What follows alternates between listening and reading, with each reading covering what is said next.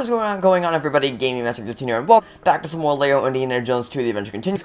Boy, in the last episode, I showed you how the world to show you the remaining vehicles we get to unlock throughout the course of the walkthrough. Those being Molaram and Loud Chase Plane, which is right there, and will be used this episode to obtain light-colored bricks. However, today we have a more serious matter to tackle, and this is always.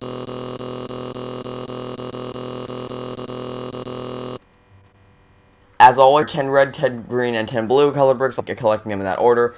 If you are stuck in a specific color or type of color bricks, you can click on the timestamps on screen now. Oh wait, I'm sorry. You can't click on the timestamps on screen now because YouTube changed their annotation system for some darn reason. But you can manually scroll to those timestamps if you're stuck on a specific color. But other than that, I will have graphics appearing in the top right-hand corner of the screen so that you can kind of follow along, keep things more structured. And I will be cutting to each color brick that I find, and we're going to go order of red, green, blue. So, let's get started. Now, I'm going to start with the one I accidentally collected in the course of the walkthrough, which is right in this general area. The first red, I'll show stock footage on screen now, but it's going to be right here, in this general area. I accidentally hit this with the rickshaw when I was completing the rickshaw race. So that is where the first red brick is. And don't worry, I am going to try and go in a sort of cohesive, coherent order to follow. I just wanted to start here that the rest of the numbers would make sense. The second red brick is going to be over by the Scooter and British Commander, who is not here. Oh, here he is. They're going to be on these bricks with scorpions on them, kind of similar to the bricks with the rocks with spiders on them from Kingdom of the Crystal Skull Part 2.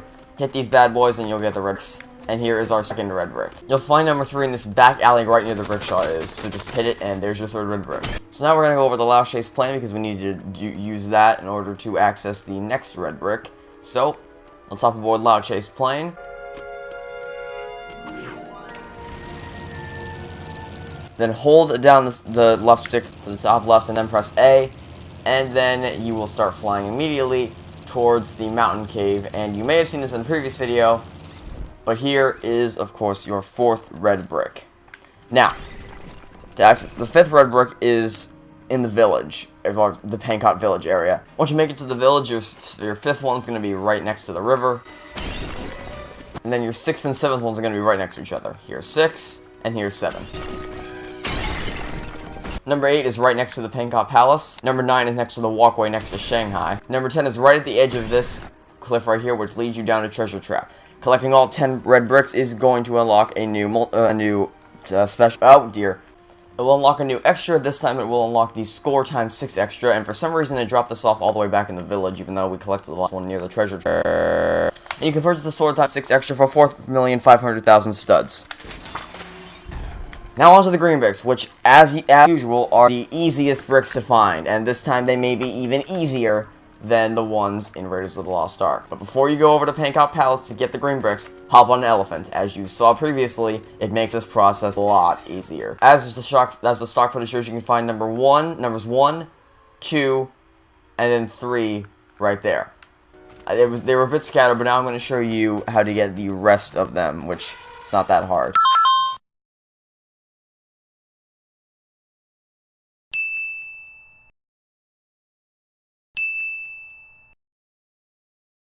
Number 6 is into this banister, number 7 in this banister, and number 8 in this banister. Number 9 is next to the Cliff Clamber / Mala Rampage level, and the 10th and final green brick is just on the other side to the Cliff Clamber and / Mala Rampage level.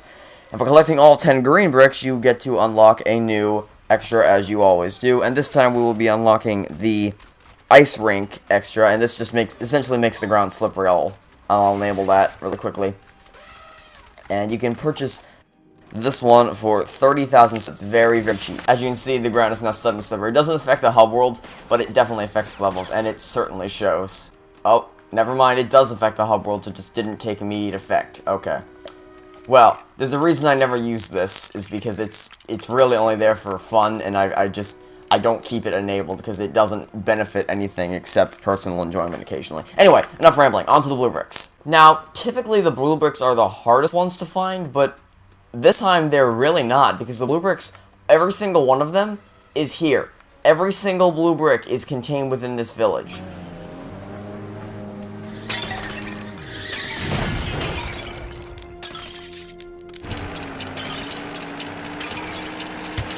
Now that's out of the way, let's get to the rest of them. They're contained within these brown jars. So, most obscure looking, but they're still not that hard. There's a fourth one right next to where you got that other red brick. The fifth one is just north of that. And then number 6 is directly above that next to this little shack. What's even the purpose of the shack? Number 7 is down near this area, next to this temple-looking structure. Number 8 can be found right next to the carrot farm. And then numbers 9 and 10 are both contained within the main village area itself. The 9th one being over by the grills, and the 10th and final one being right next to the entrance to Monkey Mischief, and Wrong Gong Rung. And that is all 30 colored bricks collected.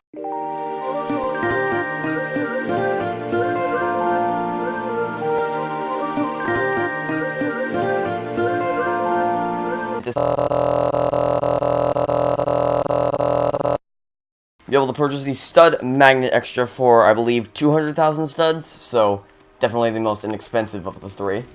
So we're gonna board a stunt plane to fly back to Shanghai, and then just walking our way over there. And there it is. There's the blue brick extra. So let's parachute out right next to Lao She's plane.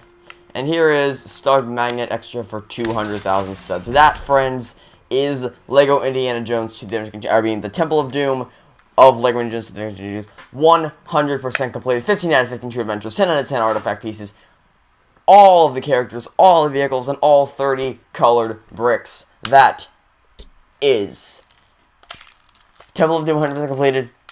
We only have one more playset to go, one more open world to explore, and it is, of course, The Last Crusade, which may just be my favorite because of how expansive it is. Because the Kingdom of Crystal Skull open worlds, they kind of blend together with how they look. Not the first one. Part 1 was a very good mixture. It had the Doom, it had College Town, it had the hangar area, it had a whole bunch of different stuff. It had the town, so I like that one.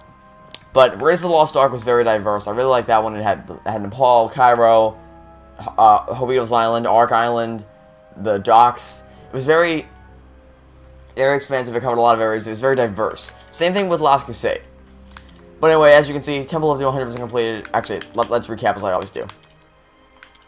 Kingdom of the Crystal Skull Part 1 100% completed. Kingdom of the Crystal Skull Part 2 100% completed. Kingdom of the Crystal Skull Part 3 100% completed. Raise of the Lost Ark 100% completed. And Temple of Doom 100% completed, with only The Last Crusade left at 0.0% completed. So, that'll be it for this episode of LEGO Indiana Jones 2: The Adventure Continues. But check back later today at 1 p.m. Eastern Standard Time to see us tackle the very first story mode level of The Last Crusade, Coronado Caper. So, thank you everybody so much for watching. I hope you enjoyed. Stay tuned for the next episode. And until then, this has been Game Master 15. Something else, I hope you have a fantastic, horrible day. And I will catch you next time for some more LEGO Indiana Jones 2: The Adventure Continues. Goodbye!